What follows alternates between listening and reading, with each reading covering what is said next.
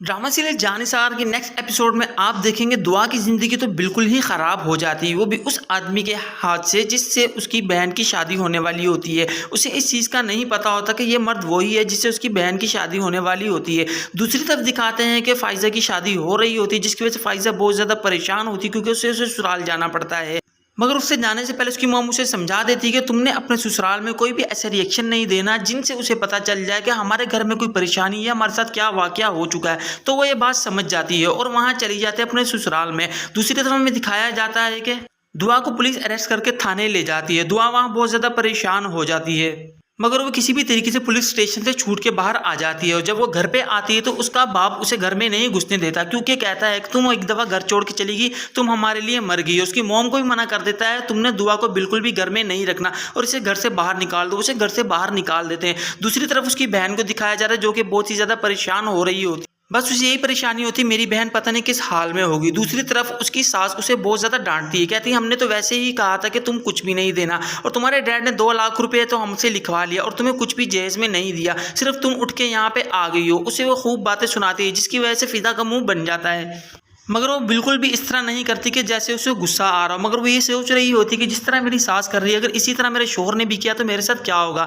अगले ही लम्हे उसका शोहर उसके कमरे में आ जाता है और वो उससे इस तरीके से बात करता है कि वो खुश हो जाती है। वो पहले ही नज़र में देखते उसे मदहोश हो जाता है और उसे कहता है मैं तुमसे बहुत ज़्यादा प्यार करता हूँ और तुमसे मोहब्बत करता हूँ, जिसकी वजह से बहुत ज़्यादा खुश हो जाती है और कहती है मुझे शोहर से तो कोई मसला नहीं, चलो सास की बातें हैं वो मैं खुद ही सुन लूँगी। दूसरी तरफ हमें नौशेरा दिखाया जाता है कि उसे ख्वाब आता है, वो अचानक से उठ जाता है और दुआ का नाम फटाफट से पुकारने लगता है। दूसरा उसके पास बैठा आदमी उससे पूछता है यार तुम्हें क्या मसला हुआ।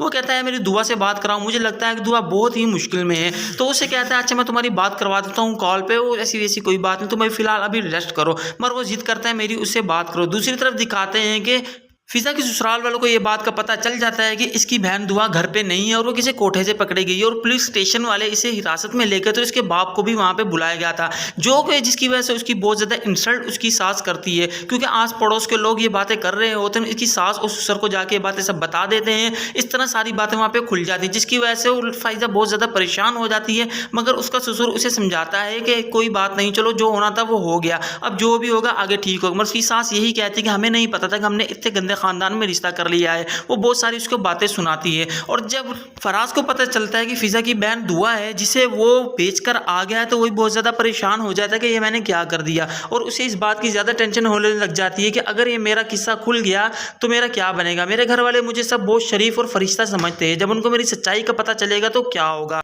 इस ड्रामे की नेक्स्ट एपिसोड में क्या होता है और इसका पर्दाफाश होता है या नहीं हो, अगर आप ये जानना चाहते हो, इसका नेक्स्ट एपिसोड का प्रोमो देखना चाहते हो तो हमारे चैनल को सब्सक्राइब ज़रूर कीजिएगा।